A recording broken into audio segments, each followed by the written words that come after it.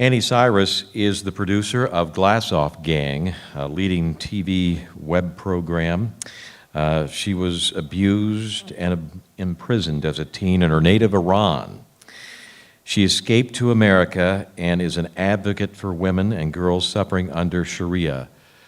Some of these women and girls are suffering under Sharia right here in the United States. Her advice: don't let Sharia spread in America, and let's make America courageous again. Here's Annie Cyrus.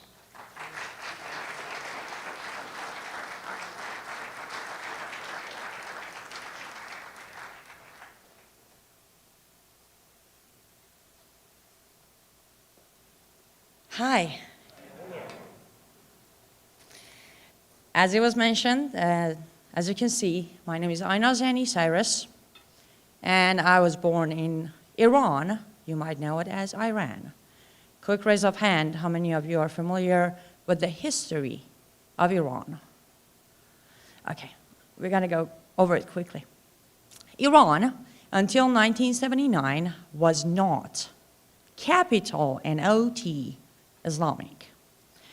It was a very westernized country. It was ran by Reza Shah Pahlavi and his queen. Reza Pahlavi was known to be the closest ally to America in Middle East. Also, Iran in general was known as mini America in Middle East. He made sure to have all the Western culture brought to the country, Western education at schools and universities. He was very picky to have equal rights for man and woman. What you're looking at right now is a cover magazine of a magazine named Woman of the Day. So women had their own magazine, and that picture is the very last year that we actually had the beauty pageant Miss Iran. These are the lovely ladies who were on that competition. And also, Iran was known to be Israel's ally in Middle East, only ally. In 1979, there was a revolution in Iran, and the Shah of Iran decided to temporarily step down until things would be sorted out. So he left the country on a vacation and put together a temporary government. A man named Ayatollah Khomeini came along and hijacked the country. We went from this completely to this. That is Ayatollah Khomeini with his family. He came along and he promised the people of Iran free housing, free gas, free electricity. Does that sound familiar by any chance? I know, when I watch Bernie Sanders, I'm like, oh my God, deja vu. We got an American Khomeini here. Anyhow, so he took power, and what he did, the first thing he did was get rid of the Constitution of Iran, which, for those of you who may not know, was the mirror image of American Constitution minus the Second Amendment. Khomeini ruled the country for a couple of years and died, and Supreme Leader Khomeini took power. That is the current Supreme Leader of Islamic Republic of Iran. And just in case if you're wondering, that Photoshop work was not by choice. There is not a single picture of Khomeini and his wife together. So I had to literally Photoshop them. So you can take a look at our administration. And yes, I am blushing because I am ashamed. It's hard to go from that royal family to this. On top of that, the country went to complete Sharia constitution, meaning the constitution, laws, in the country come from Quran, words of Allah, Sunnah, life of Muhammad, and Hadith, the stories told by those who lived with Muhammad when he was alive, dealing with situation under different circumstances. The first thing they did was they dropped the rights of women in the country into almost nothing. So our women started to be that. Younger generation, kind of looking a little less covered. They took away the right to freedom from women. They took away the right of having a job, having a driver license, having a passport, traveling, buying property, owning business, choosing their husband. Unless they have a male guardian to give them a written authorization, then they could have all of the things I just mentioned. Another law they made was when you wear the hijab, it has to be black, head to toe. If you break the law, you will be arrested, just like those young ladies having a little bit of a color on their pants are arrested and being transferred to prison. Or if you go too much of a color, you will definitely be dragged on the street, put in a van, and taken to detention center. So, lucky me, I was born after the revolution, so I was born into that. And on top of that, I was also born to a father who was a sheikh, which is an Islamic leader, a step higher than imam, and also a mother who was a Quran teacher. So, I will just say this for the record. Anything I cite from Quran, it was basically forced into my head and kind of sort of never left, which is bad news. I was about 7 years old and I was getting ready to go to school. I was very excited. I love school to this day. If somebody would say, hey, there's a free school, I would go.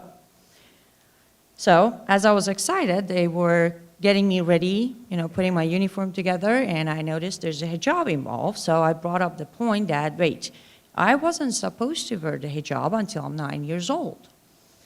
My mother's explanation was, well, you have 2 years to wear the hijab until you master it, be comfortable with it, so when it is required, you can easily wear it. However, for now, you just wear it at school. When you're at home or outside, you don't have to wear it, but for school, it is mandatory to wear it. So we got ready and headed to school the first day. Yes, that is me in my school uniform. My father took me to school the first day, and on the way, the first thing I noticed is boys who are walking to school are not wearing what I'm wearing. They are pretty much wearing whatever they want, different color of t-shirt and different color of pants. So I asked my father, why am I wearing this and they're wearing that? And my answer was a punch in the face. I asked too many questions, so I asked the second question, why are you punching me? And my father, with a very, very disappointing feeling of, you're such a bad girl, looked at me in the eyes and pointed at my face and said, you will never question Allah. And that was my very first lesson learned in Islam. Don't ever question Allah. Close your eyes and just obey. Fast forward, I was 9 years old, got invited to an event from a school, which was called, translated to English, Requirement Day. And I went home, took the invitation card to my family. They were very happy, they were very excited, and they started to prepping me for the event. The first step was I had to memorize and master my prayer, which is 5 times a day. I was raised a Shia Muslim, 5 times a day prayer. And I got my very first red flag about Allah on that very day, because I was told I have to learn the prayer in Arabic.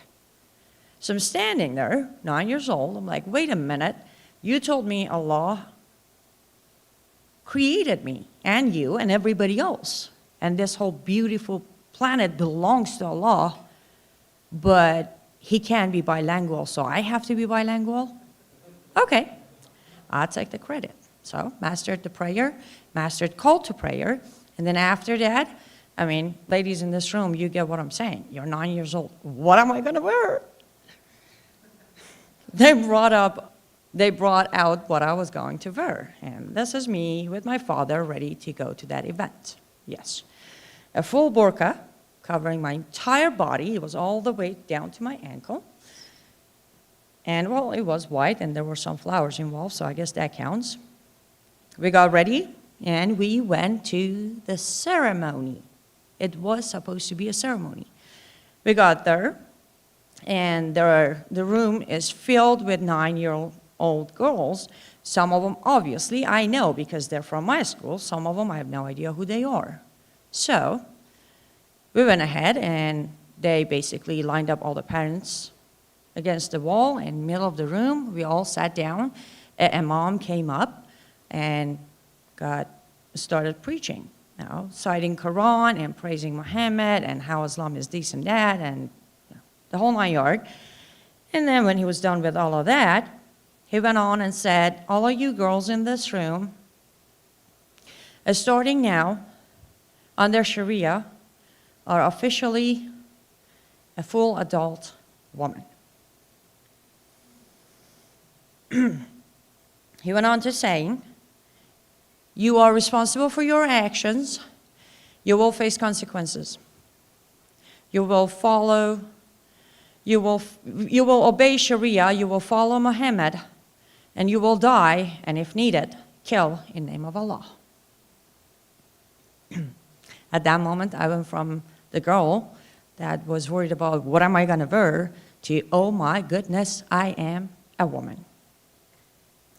Added bonus, if your male guardian decides it's time for you to get married, you will do so. Then he asked us to get up and repeat after him. He said the Shahada, which is when you say the Shahada, you will fully convert to an adult Muslim. Keep looking at the picture. That day, I was announced a full adult Muslim woman. Did not have a single choice on any of those words that I just used. I was just named. To make sure I understand the seriousness of the matter, they actually handed every single one of us an actual certification that says on this date, this person is officially an adult woman. I don't know if you can see it or not, on the certification actually there's a little girl with a black hijab doing the prayer. And for the record, I wasn't the only one who faced it. That year wasn't the only year it happened. Every single year in Iran and Pakistan and Afghanistan, parts of India, generally Islamic countries, this day happens to every single 9-year-old girl. To all of them, every year, they will be crushed from personal experience. They will be crushed because they will be announced an adult woman. So, now why do you think I was called an adult woman at age 9? I'll tell you why. Raise of hand quickly. Anybody familiar with Aisha?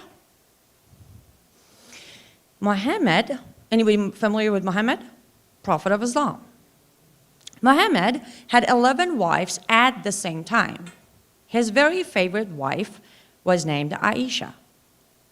Aisha was 6 years old when Muhammad married her, and she was 9 years old when he consummated the marriage.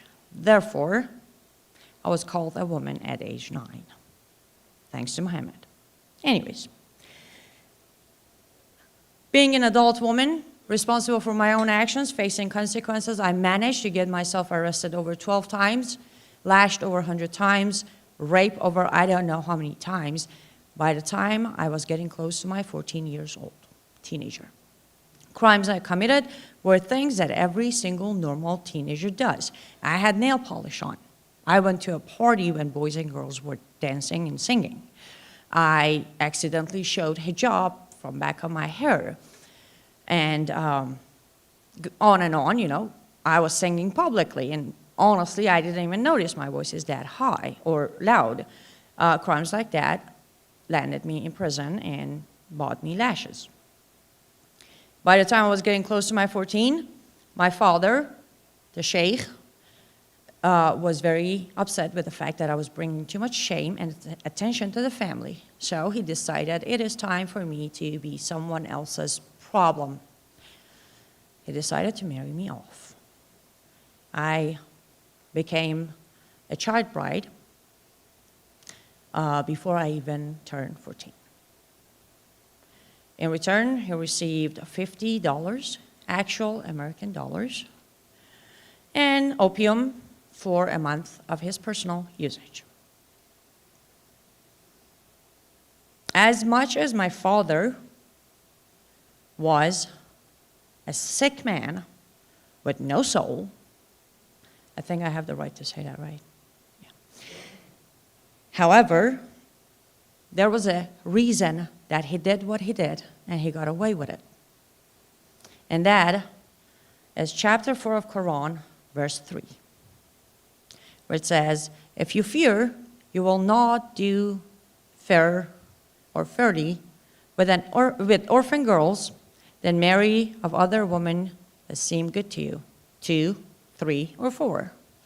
But if you fear you will not deal with them justly, then only marry 1, or your sex slaves.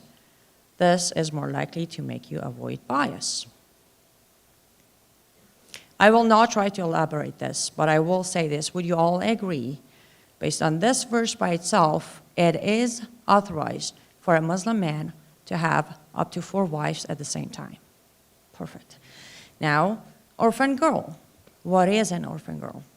Pretty sure it's an underage girl who has lost her parents, correct? So right there, established, underage girl, marrying an underage girl, it's all right. Now, I will let Aisha, Muhammad's favorite wife, explain to you what this verse exactly means. If you read Sahih al-Bukhari, which is a hadith book, volume 7, book of marriage, which is book 62, second hadith, Yursa, Aisha's nephew, goes to Aisha and say, Aisha, what does Allah mean by chapter 4, verse 3? Aisha says, oh, my nephew, this verse has been revealed in connection with an orphan girl under the guardianship of her guardian who might be attracted by her wealth or beauty and intend to marry her. With a mehr is a marriage money in Islam. You pay and buy your wife. With a mehr less than what other women of her standard deserve. So they, such guardians, have been forbidden to marry them unless they do justice to them and give them their full marriage money, and they are ordered to marry other women instead of them. I will quickly make this a little simple. An orphan girl under a guardianship of a guardian, the guardian is attracted to her by her beauty or wealth. Right there and then, oh my God. However, because it's Islam, he decides to marry her. If he is not willing to give her equal money as other women of her standard, he can marry her. But if he's going to pay the same money, he is good to go. To this day, I haven't decided which one makes me more sick. The fact that you can be attracted to a little girl, or the fact that it's just a matter of money. You pay enough, you get the product. Based on that, my father was allowed to sell me for a money that would satisfy him. And the law of the country I was born in, Civil Code of the Islamic Republic of Iran, Book 10, Chapter 1, says the age of majority for boys, it's a note, is 15, and for girls is 9. So I wasn't even an underage girl when he sold me. So the problem was even solved right there. As soon as I turned 9, it was okay to sell me. However, just so you know, in Civil Code of the Islamic Republic of Iran, Book 7, Chapter 2 does say marriage before the age of majority is prohibited. However, marriage before puberty by the permission of the guardian and on condition of taking into consideration the ward's interest is proper. So even if I was underage, my dad could still sell me because he was my guardian. And please, if you like to take note of all these so you can confirm that I didn't just type things up and make them up, do so. Moving forward, the man who bought me decided to pretty much look at me as a punching bag. Obviously, to him, it's a marriage. So my life after that was either he was raping me or he was beating me. In all fairness, sometimes he decided to do both. So one day I got tired of being beat up. After he was done beating me, I went to the court and tried to get myself a divorce. I walked into a court with a dislocated shoulder, bloody lip, and a bruised face. Went to a judge and I said, Your Honor, you have got to save me because this man is going to kill me. He looked up very calmly with a smile and said, Well, young lady, maybe you should start obeying your husband so he doesn't have to beat you. Now go home and make him happy. I was 15 by then. Again, it takes a lot of not having any humanity in you to say that to a 15-year-old girl. But why would a judge have the right to say that? Well, let's move on to our next verse in Quran, chapter 4, verse 34, where it says, men are in charge of women, on and on and on, and say, if you think, please pay attention, if you think you don't need to know, she doesn't have to do it, then you act on it. If you think your wife is going to disobey you, first warn her, then separate your bed, then beat her. But if she comes back obeying you, then don't beat her anymore, which automatically means if she's not obeying you, keep on beating her. So based on that verse in Quran, word of Allah, he was allowed to beat me, and that judge couldn't do anything about it. So I was lucky to have a grandmother who was against everything that was going on with me and the country altogether. So rest in peace. She saved me. She managed to get a smuggler to smuggle me out of the country. I was transferred to Turkey, where I went to UN, became a refugee, real refugee. Waited my term, did the paperwork, proper channels, until I was welcomed to America legally with an I-94 visa. And I came, amazingly, I came to America on August 8, 2002, and I landed in Chicago. Yeah, Chicago is home to me. 2010, by 2010, I did everything in my power to learn the culture, learn the language, become as American as I could, respect the law, understand my freedom and my rights. And by 2010, I was eligible, and I decided to take the step and become officially a proud American citizen.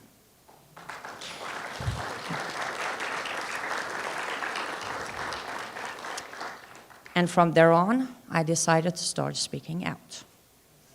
Because I survived, millions didn't. And I realized victims left behind one side of the story. There are future victims right here that I call my fellow Americans. If I don't come out here, if I don't tell you what happened to me, why it happened, what's happening to other Muslim girls, and why it's okay for it to happen, you will never know what you're facing. We have a lot of women here who are marching the streets asking for equal rights.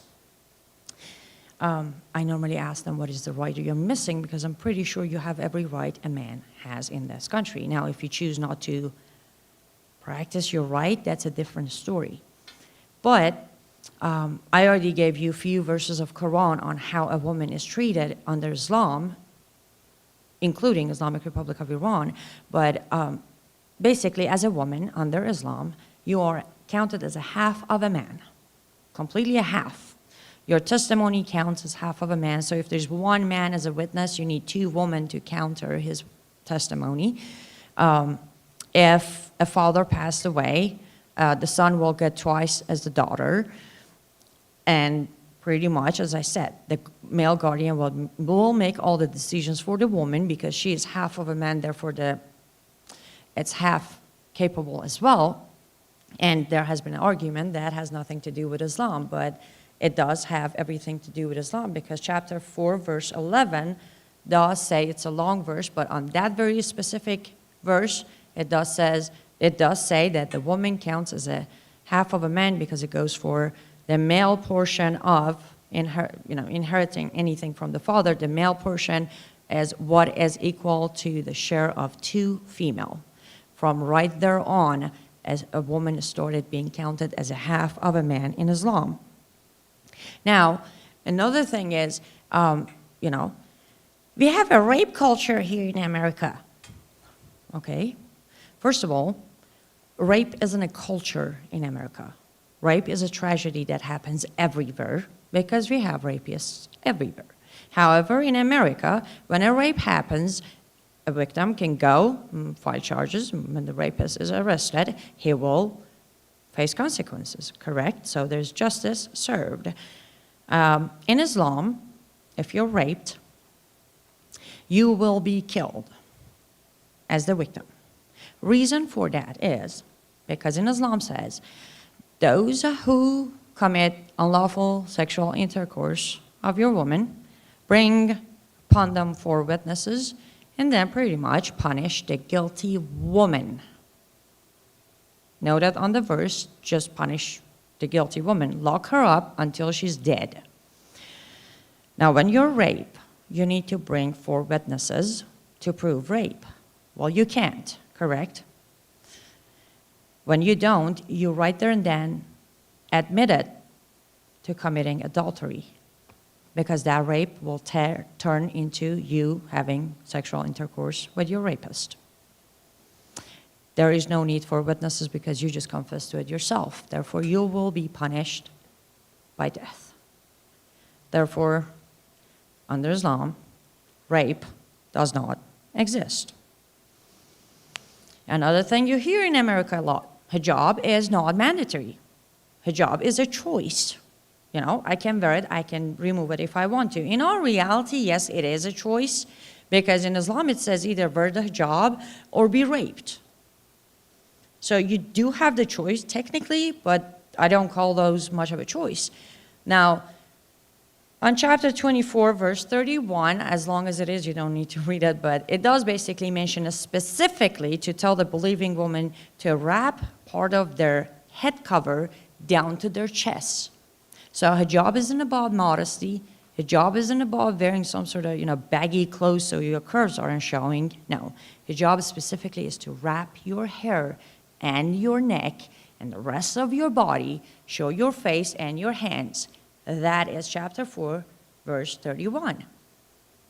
Now it goes further in Quran and brings up the secondary verse, chapter 33, verse 59, where it says, "O Prophet, tell your wives," very important here. It's not tell your wives, and your daughters and believing women to wear their hijab, or here it says, to wear their garment loose, so they will be known and not be abused.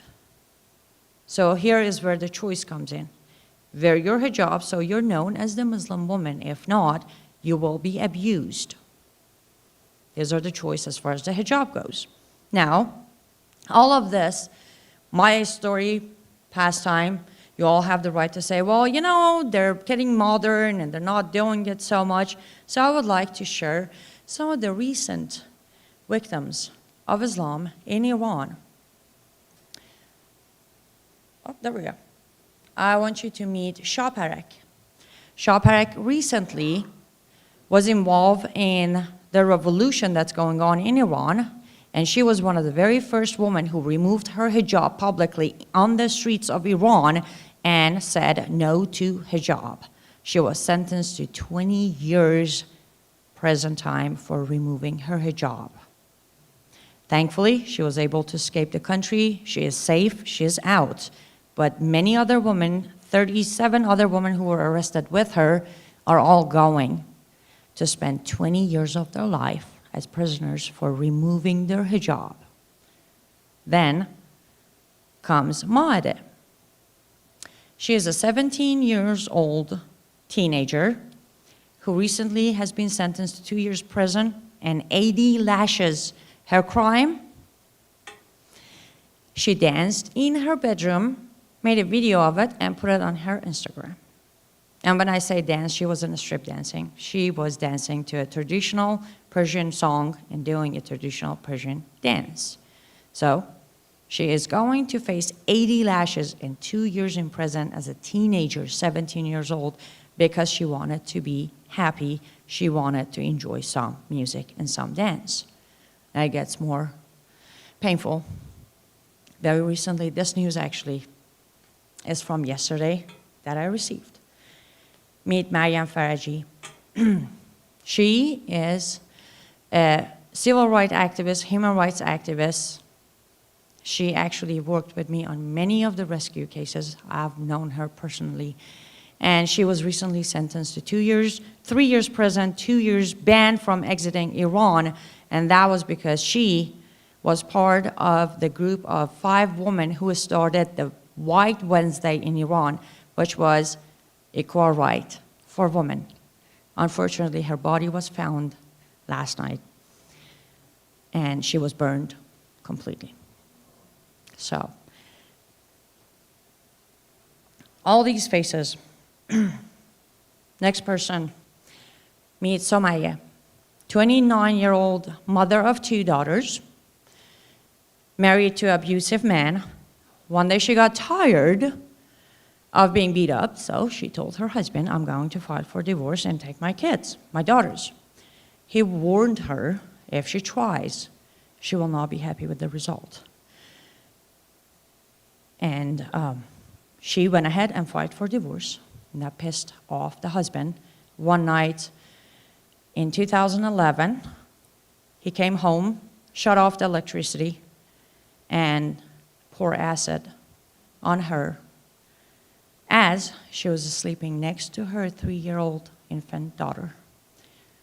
Please look at their faces. The daughter's name is Rana. A father did that to her infant girl. Rana survived to this day. She's fighting, and thankfully we were able to raise enough money so she can get all the surgeries she needs. Unfortunately, Somaya did not survive. She passed away in 2015 from complications.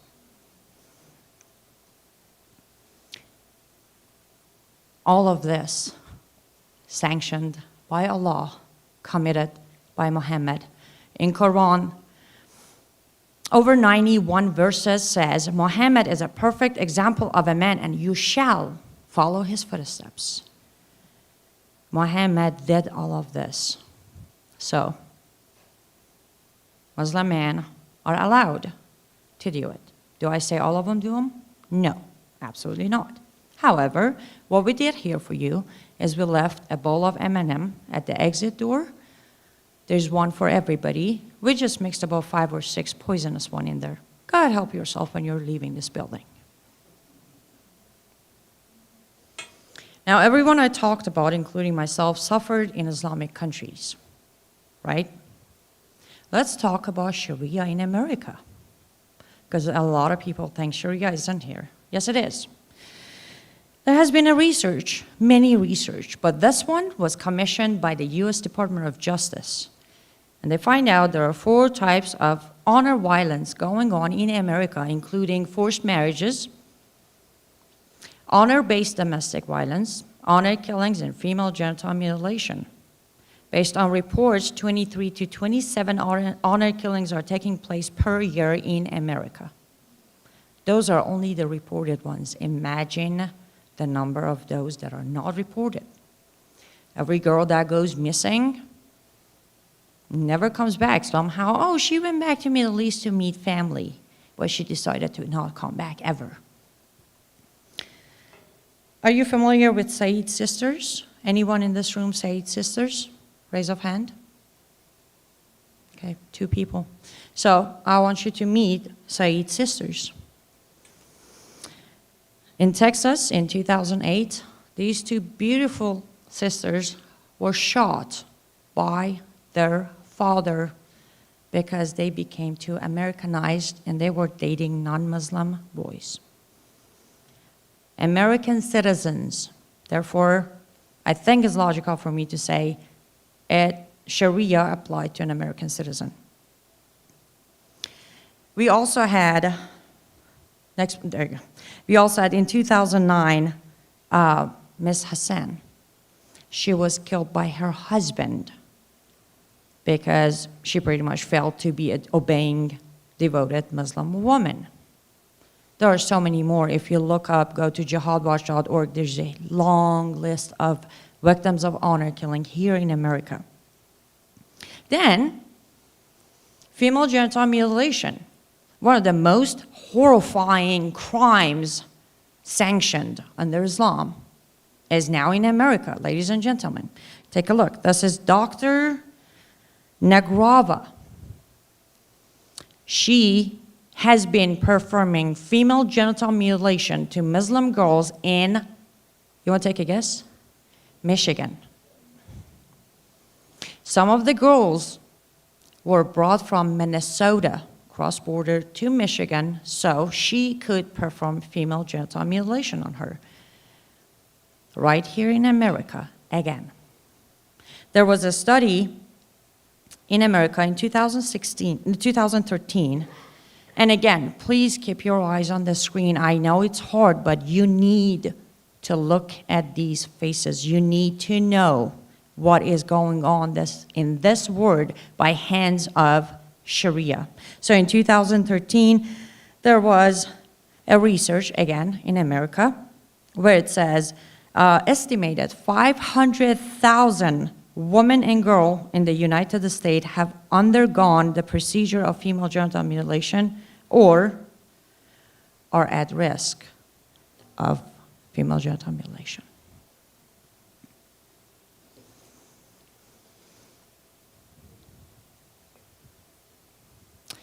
In Islam, a person is a slave. A man is a slave to Allah, a woman is a slave to Allah's slave, which is a man. As a woman, you are nothing but a property. They are here, they are everywhere, and they don't have a choice. Because in Quran, Allah said, until every breathing human is a Mohammedan, being a Muslim, day of peace will not arrive. So, they don't have a choice. They will have to kill or convert every single person. So, good or bad, by choice or not, at the moment, our number one enemy is Islam. So I need you to get to know our enemy. I did my best with the time I had to show you parts or face of our enemy. I faced our enemy. I looked it right in the eye, and I survived. I do what I do because 1, there is no way I am going back to that life ever. 2, I was saved by America, and I know many other survivors who were saved by America. So in a way, it's my turn to return the favor. And using my knowledge and life experience, I need to save her. And all I'm asking you is please get behind me, be Americans, and fight for her because she is well worth the fight. With that being said, God bless you and God bless America.